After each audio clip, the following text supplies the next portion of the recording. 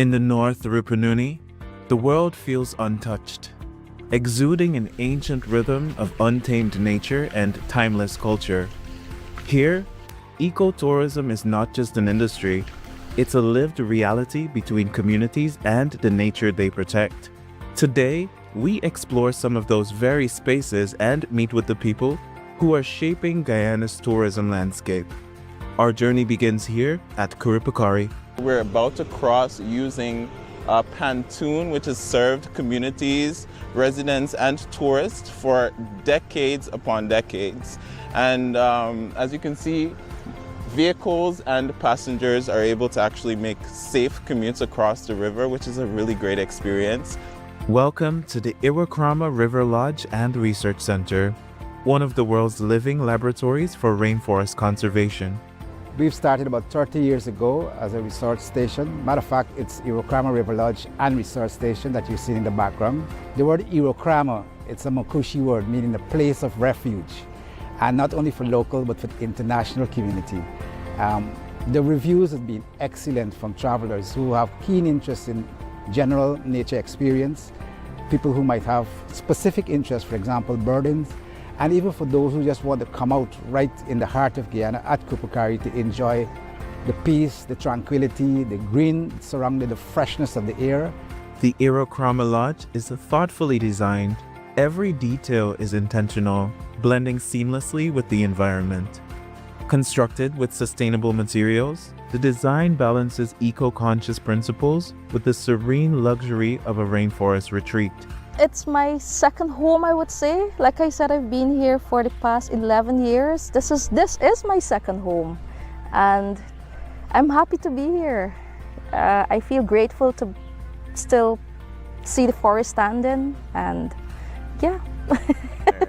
A second home seems to be the echo among the staff who've dedicated their lives to enhancing the experience of visitors.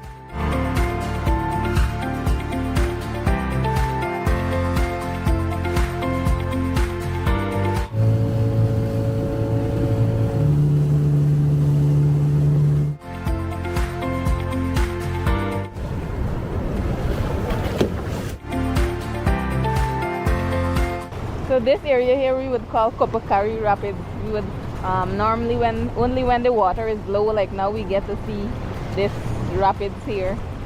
But when it's the rainy season, you would even notice this falls. The villagers from Fairview would come here to do fishing, and they would dive in the water with some googles and get. Here is a hot spot for a lot of fishes also, because it's at the bottom here, because of the rocks, it have some deep pools that you can throw your fishing line and get some of the big catfishes and lukanani and those type of fishes here. This river has long since been a part of tradition, linking villages to trade networks. Petroglyphs over 6,000 years old can be seen carved into the surrounding rocks, reflecting the deep relationship the early people had to this land. I like when I'm guiding people because my job occupation here is a tour guide. So when I'm busy guiding people, I like doing that.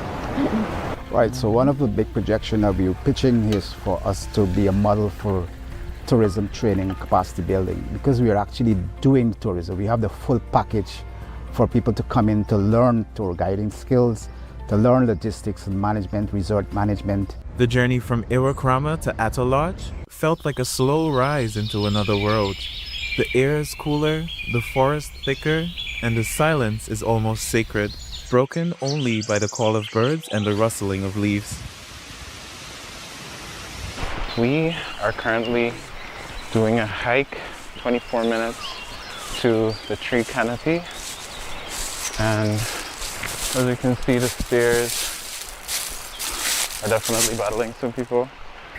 I'm trying not to slip. We're having an authentic rainforest experience with, guess what, rain. Okay, so I'm currently suspended in the air on the tree canopy, guys. Leaving the treetops felt like descending from another realm back into the embrace of the Rupununi. And by the time we get to Rockview Lodge, the landscape tells a whole different story. Rockview represents to me a life's work. I am a firm believer in destiny. I don't know what's going to happen tomorrow, but destiny has something set for me for tomorrow. So Rockview has been the result of a number of interesting occurrences during my life, which has naturally flowed to what you're seeing here. Seeing the potential of Guyana's wildlife, biodiversity, and indigenous culture, Mr. Edwards purchased this old house for his staff, which later became the Rockview we know now. Our people are Makushi. Our people are self-sufficient. They depend on their farms for their sustenance and hunting and fishing. But there was no real cash economy. The cash economy was based upon the bleeding of bulata and the selling of wildlife. In the early 90s, Mr. Edwards played a pivotal role in establishing the Tourism and Hospitality Association, promoting sustainable development in the region. There we are. You see, this is the rock. This is where he started digging the pool. These are the children playing on the rock, and this became this. What year is this? I can't remember. Sometime after 1969. It must be in the 80s. In the 80s. Yes. I'd never built a swimming pool before, but I picked people's brains and created this beautiful thing here. But this is the children on top. Oh, that's where I took the picture, from up here, looking that way.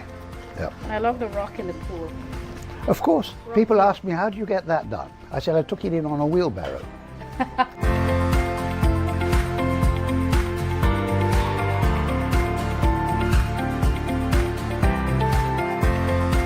As we change course, the open savannas stretched wider, fading greens into warm gold with silhouettes of the Pacaraimans in the horizon. Well, this place has a warm feeling for me from its inception, where basically as a family unit, we created everything that you see around you. And we enjoy working together as a family, particularly my wife and Sebastian here. He's been a real tons of help. And it's been a joy, to be honest with you. Our building was actually a flat part up there that we took advantage of with a God-given position, and we built up there a lounge and apartments up top there, which has a very good panoramic view of the area. So there's more to happen in the mountain, where we increase lots of the flowers and the foliage that's around there. That's all in the process of creation. So we actually call it the stairway to heaven. So as you go through there, you're going to have all the various flora along the line as we go up.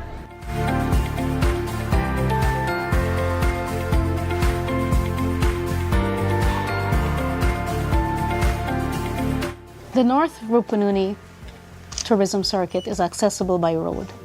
It's easy to get here. You can come with the family. You can spend one day, you can spend 1 week, and you will not run out of activities to do here. We're at the Pacaraima Mountain Inn, part of the tourism circuit here in the North Rupununi. And when you come to the North Rupununi, you experience the rich culture, the diversity, and you can indulge in a culinary experience. This part of Guyana is full of history. These lodges and families that are here have come to this part of the world and established themselves 30, 40 years ago. So these products are not new. And every Guyanese, every visitor needs to experience the beauty, the breathtaking views, and of course learn about our history, our culture, and our food. You must, as part of Guyana's tourism product, visit the Rupununi.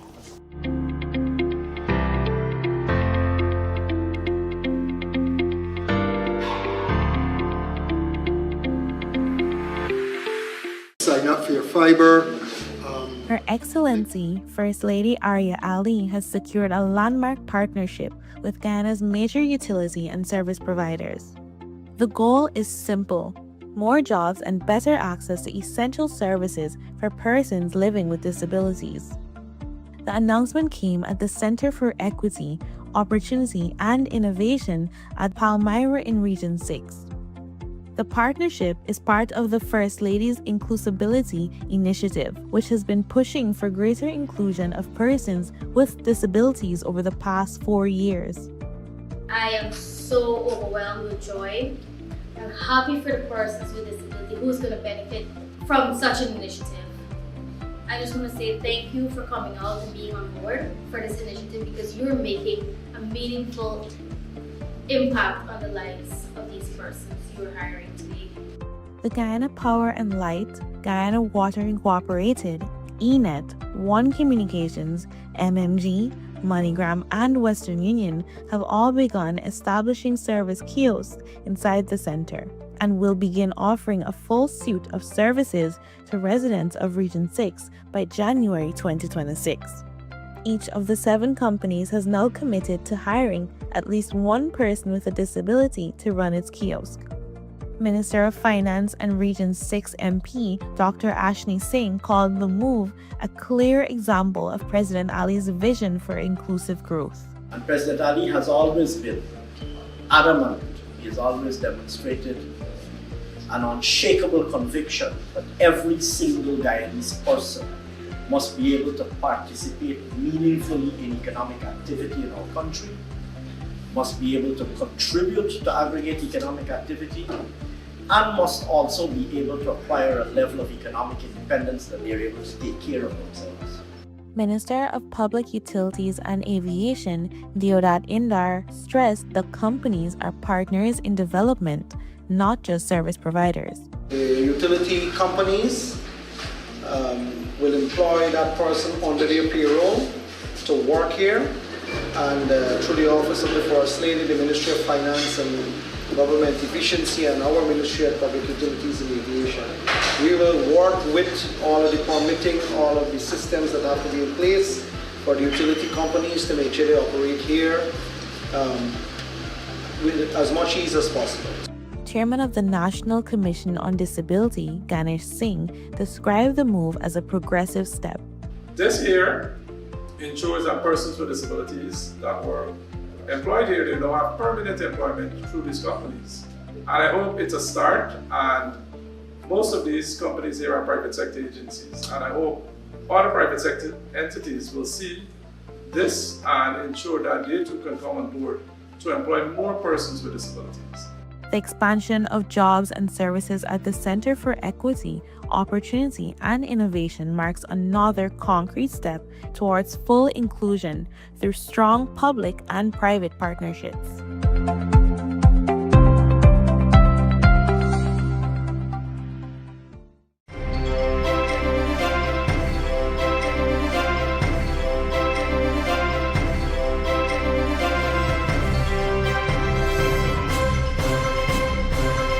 It's now time for the weekly digest. Together we will find out what our ministers have been up to this week as President Dr. Mohammed Irfan Ali's administration creates change and modernizes life in Guyana, leading to a much brighter and progressive future for all.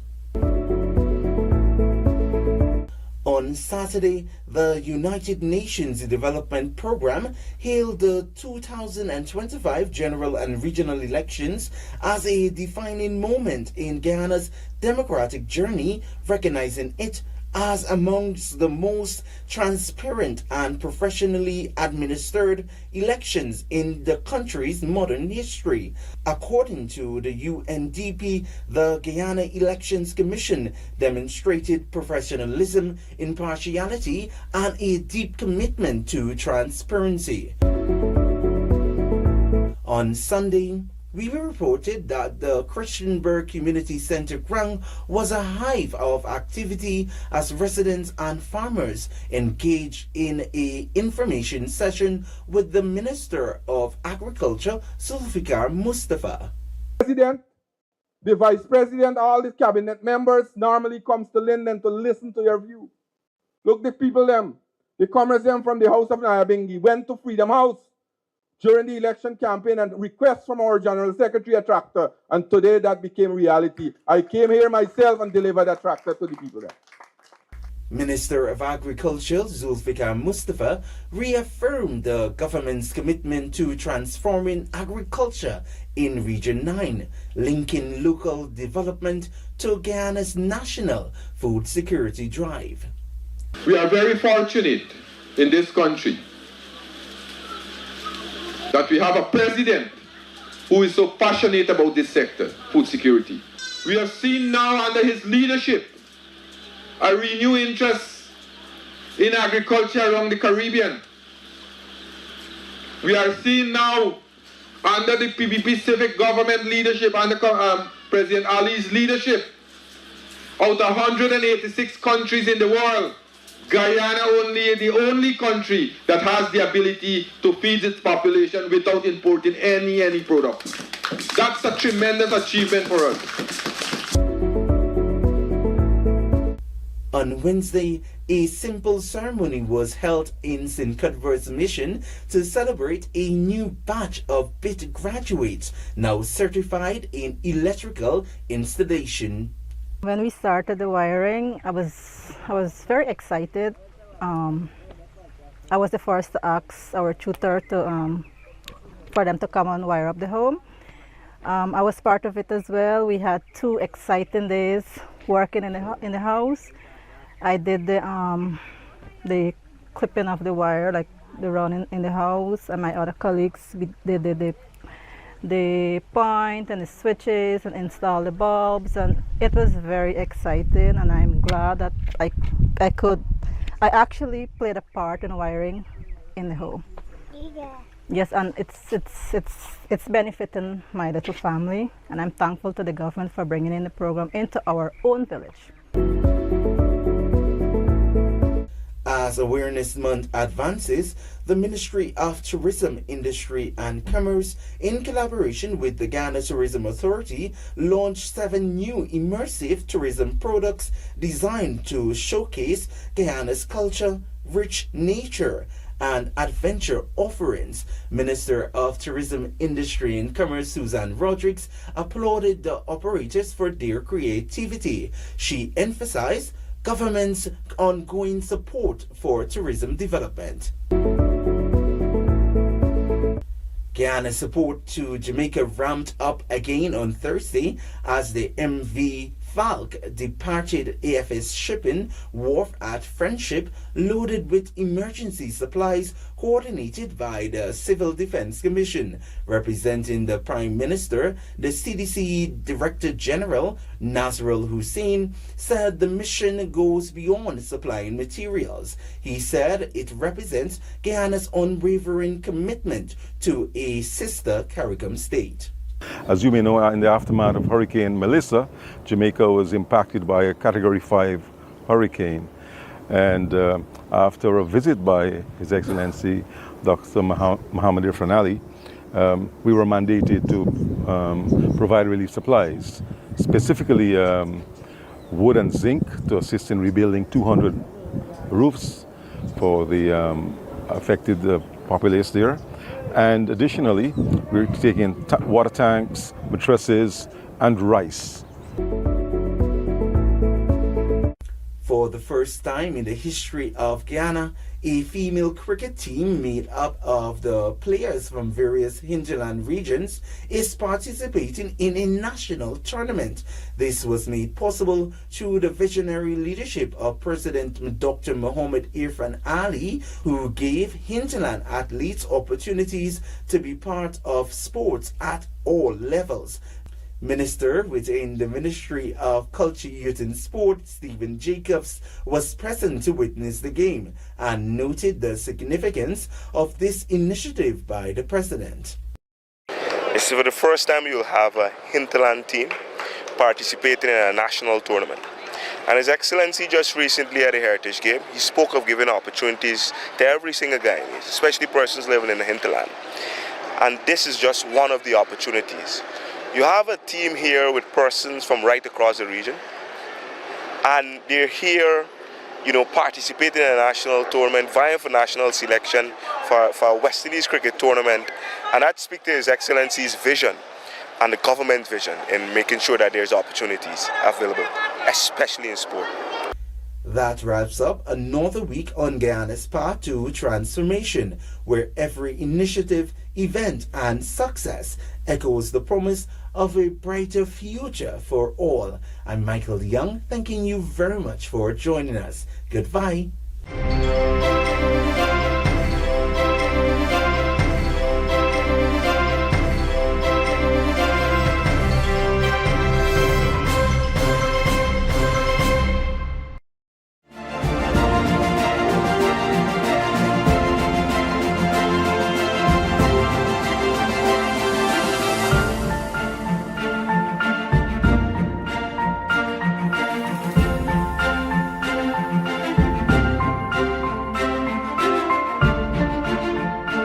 Welcome to the President's Diary, your weekly look at the work and leadership of President Dr. Muhammad Irfan Ali in driving development and unity across Guyana. President Ali kicked off his week in Bartica Region 7, where he turned the sod for the BK Airport Terminal, which is set to transform air transport in the region. He described the project as a transformative milestone for the region and another major step in advancing economic diversification. This terminal will enhance air connectivity from Bartica. It will make travel more efficient, safer, and more comfortable. President Irfan Ali formally accepted the letters of credence from the non-resident High Commissioner of the Republic of Botswana to Guyana and the non-resident Ambassador Extraordinary and Plenipotentiary of the Republic of Panama. During the brief meeting, President Ali reaffirmed the long-standing and meaningful ties between the countries and invited fresh collaboration, particularly in agriculture, trade, and development cooperation. Continuing his diplomatic engagements, President Ali urged United Kingdom businesses to look beyond traditional investment sectors in Guyana and invest in the country's new era. President Ali made the call during his address to the 5th UK trade mission led by the UK's trade envoy to the Commonwealth Caribbean, Paulette Hamilton, at a reception hosted at the British High Commissioner's residence in Bel-Air. I invite you to imagine what a diversified, industrialized, green energy, sustainable development, socially inclusive Guyana can be. And then to see ourselves as architects, co-investors, and co-builders in that vision. The head of state announced a US $25,000 pledge on Wednesday to help Jamaica recover using the start of the 2025 Caribbean Area Squash Association Senior Championships in Georgetown to emphasize the region's unity and shared responsibility. When Hurricane Melissa forced the cancellation of the tournament in Jamaica, Guyana stepped up. The government, through the Ministry of Culture, Youth and Sport, offered its modern facilities to host the event. I visited Jamaica myself to examine the damages. Those of you who look at Kingston would not begin to imagine the scale and level of destruction. It is unbelievable. We have committed as a country to the immediate rebuilding of 200 roofs, fixing one major school and a major police station. Yesterday, our second shipment of supplies and material was sent off to Jamaica, and we will continue our support over the months to our brothers and sisters in Jamaica. We're here at the Arthur Chung Conference Center, where President Ali just swore in the newly elected regional and vice chairpersons. He outlined their roles as the engine of regional development.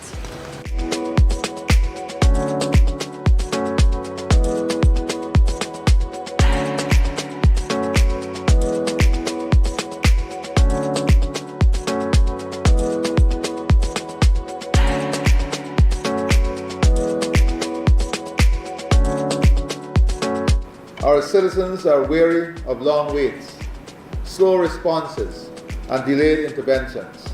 They want faster action when problems arise. They want visible improvement in their communities, and they have every right to expect these things. and this must be done consistently. The people have this right because they know they have a government in the People's Progressive Party Civic that they can trust. President Ali delivered the feature address at the Guyana Oil and Gas Energy Chamber's annual awards and induction ceremonial dinner at the Guyana Marriott Hotel on Friday evening. There, he outlined an ambitious plan to revolutionize Region 3 and Region 6. You're talking about an ecosystem between Wales and Barbados that will generate investment of close to maybe $10 billion in infrastructure and investment. That is remarkable by any standard. Remarkable by any standard. And that's a wrap on this edition of the President's Diary, where we showcase the hands-on leadership of President Dr. Mohamed Irfan Ali. Thank you for watching, and do join us again next time.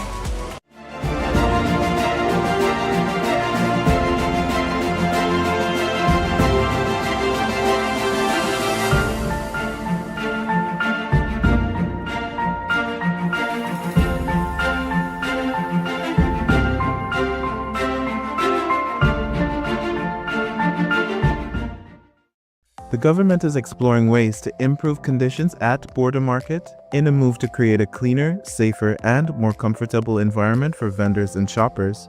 Minister of Local Government and Regional Development, Priya Manikchand, conducted a walkthrough of the Border Market and Border Grain section on Wednesday. She met with vendors who raised long-standing concerns about deteriorating infrastructure and weak oversight. Minister Manikchand said the current environment is uncomfortable for both sellers and customers and cannot continue.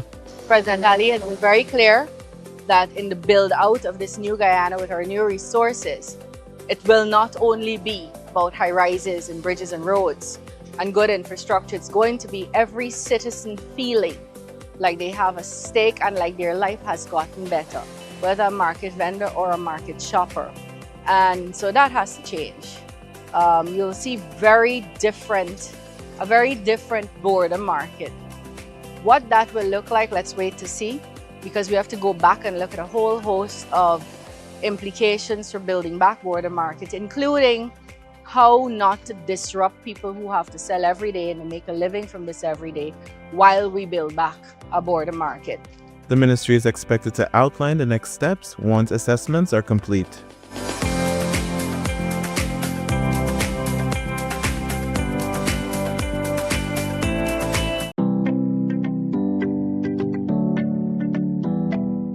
Guyana's economy continues to expand and its tourism options are growing at a rapid pace.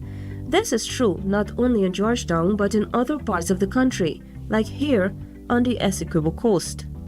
Region 2 is experiencing tremendous growth in its tourism sector, and with this growth comes the need for more accommodation facilities. Today, we meet 42-year-old businessman Riyad Khan, who has heeded the government's call for more investment in accommodation facilities. The Khan family has been in the gas station and spare parts business for years, and while they have toyed with the idea of getting into the hospitality industry, Riyad believes now is the right time for that venture.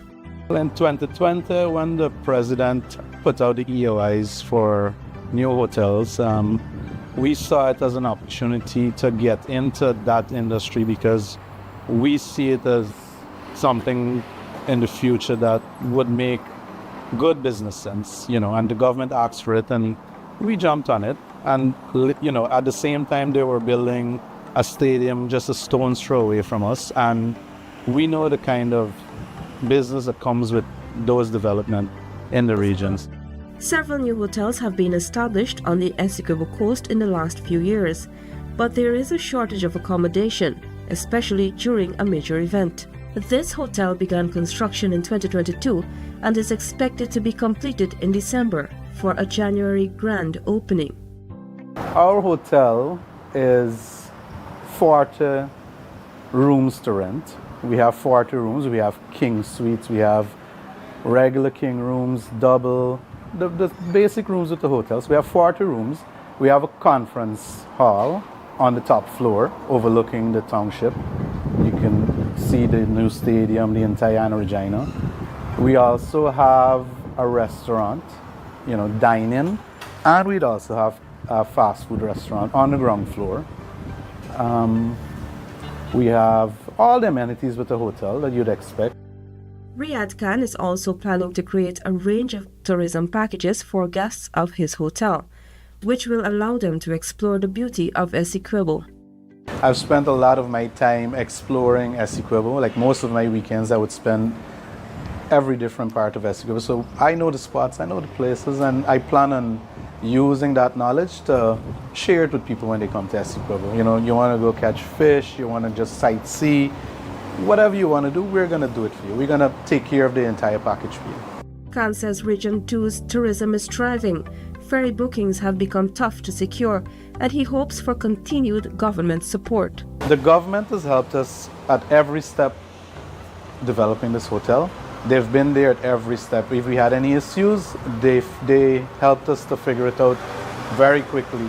The only thing that they have to do now is to figure out how we're going to get the mass of people that want to come to Essequibo here efficiently. And we've been speaking with them. They have recently added another ferry they've bought another ferry. I think they need about 3 more.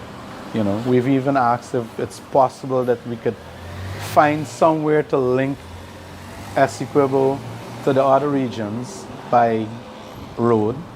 So that's the only thing we would ask the government for. They've done so much already. The new ferry should be here maybe soon.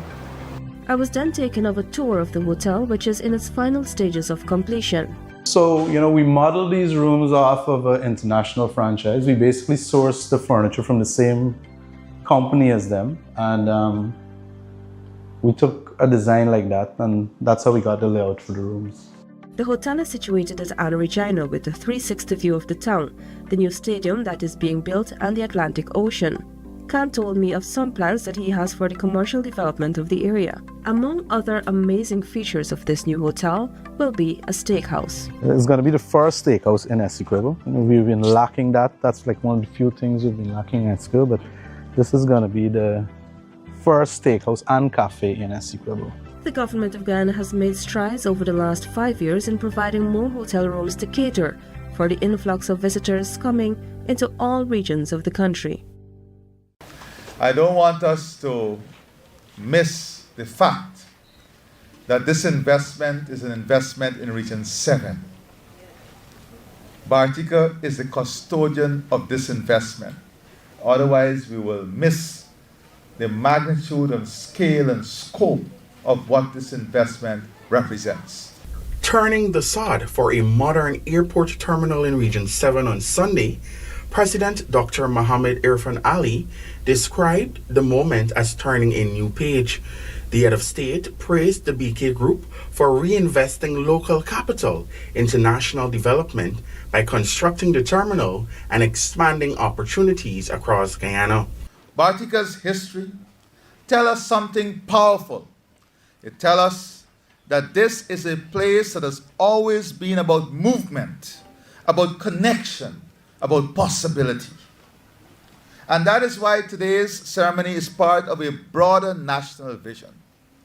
A vision to integrate every corner of Guyana through infrastructure, connectivity, investment, technology, and opportunity. Because when Guyana moves, every region must move with it. President Ali described Bartica as a center that is rapidly evolving from a mining gateway into a modern, diversified township, a new world-class marina, an upgraded stelling, billions invested into building new roads connecting Bartica to Demerara, and the construction of a new hospital is set to begin in early 2026. The president said the new terminal will reduce operational costs and facilitate direct export of food products from interior communities to CARICOM markets.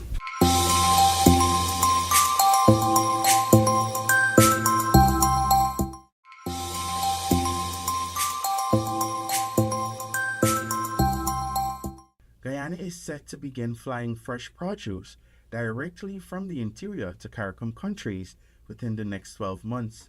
President Dr. Mohammed Irfan Ali made the announcement on Sunday, calling it a transformational step for inland agriculture and regional trade. Speaking at the south turning for the new Bartica Aerodrome Terminal, President Ali said the initiative will revolutionize how Guyana's inland farmers access regional markets. Development begins with connectivity. Before economies can expand, before opportunities can spread, and before regions can flourish together, they must first be linked physically, digitally, and economically. Connectivity is the backbone of economic development because it links people, goods, services, and ideas. The head of state explained that improved air connectivity will allow producers in Region 7 and neighboring areas to supply fresh food directly to Caribbean states. The president said the government is working with air operators and regulatory agencies to set up the logistics, ensuring the seamless movement of agricultural goods.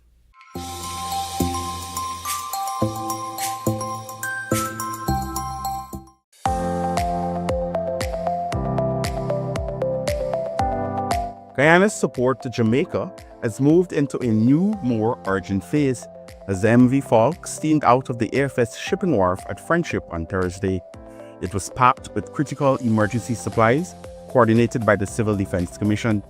This latest shipment is part of President Irfan Ali's direct push to get help quickly to communities still reeling from the devastation of Hurricane Melissa. I'm Colonel Hussein. I'm from the Civil Defense Commission, and we're at the AF shipping wharf at Friendship. CDC's Director General, Colonel Retired Nazrul Hussein, is coordinating Guyana's contribution, a collaboration between the government and the private sector. As you may know, in the aftermath of Hurricane Melissa, Jamaica was impacted by a Category 5 hurricane.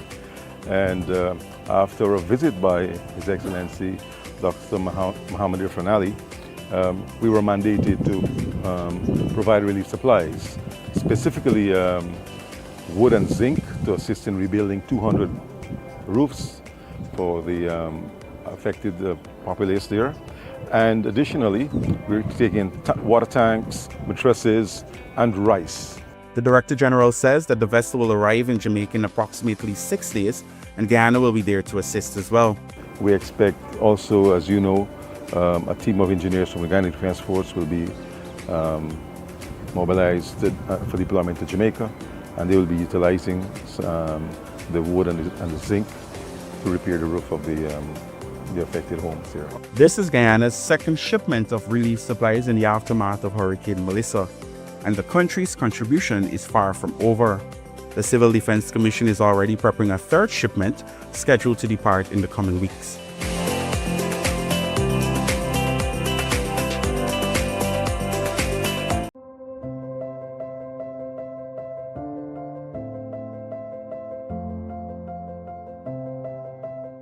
I'm happy and in St. Cuthbert's mission today. We're here to celebrate with some individuals who had completed the training in electrical installation. This morning we want to share with you how our community-based program benefits not just those who are on the training, but how it benefits residents. I was the first to ask our tutor for them to come and wire up the home. I was part of it as well. We had 2 exciting days working in the house. To give students hands-on training, Lubita Schumann volunteered her home. I did the clipping of the wire, like the running in the house, and my other colleagues did the point and the switches and install the bulbs, and it was very exciting, and I'm glad that I actually played a part in wiring in the home. Yes, and it's benefiting my little family, and I'm thankful to the government for bringing in the program into our own village. It wasn't only Schumann's home that benefited, but this St. Cuthbert resident had her home rewired as well. Well, I can't really complain because I just feel so happy to know that all over the house it gets light, you know. So I used to work nighttime, do my handicraft, spin the straw, spin the cotton, make hammock. Is a hammock out there. And the frame, yes, that's all kind of work. So happy about the light, getting the bright light and, sleep hearty and nice. In total, 14 persons graduated from the program, 4 women and 10 men. I did this 4 months training in electrical installation with BIT, which I'm thankful for. I've gained knowledge, practical knowledge actually, and we've had the opportunity to use that knowledge practically. I'm very thankful for that.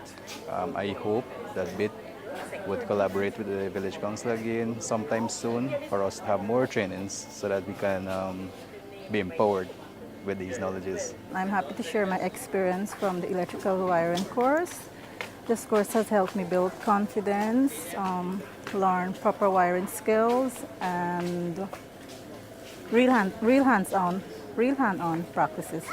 I'd like to say I'm grateful to my instructor for his support and guidance. The students they had no prior knowledge of electrical installation. They had no knowledge of wire work or any sort. So basically it was challenging for me, but we took it from the ground, and it was surprising that most of them hung on and they gained the knowledge of at least a wireman. They could install bulbs, switches, wire insulation box and everything.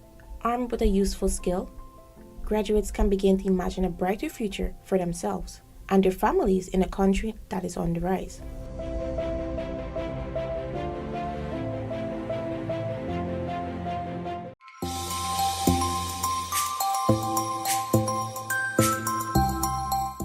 Guyana is set to begin flying fresh produce directly from the interior to CARICOM countries within the next 12 months.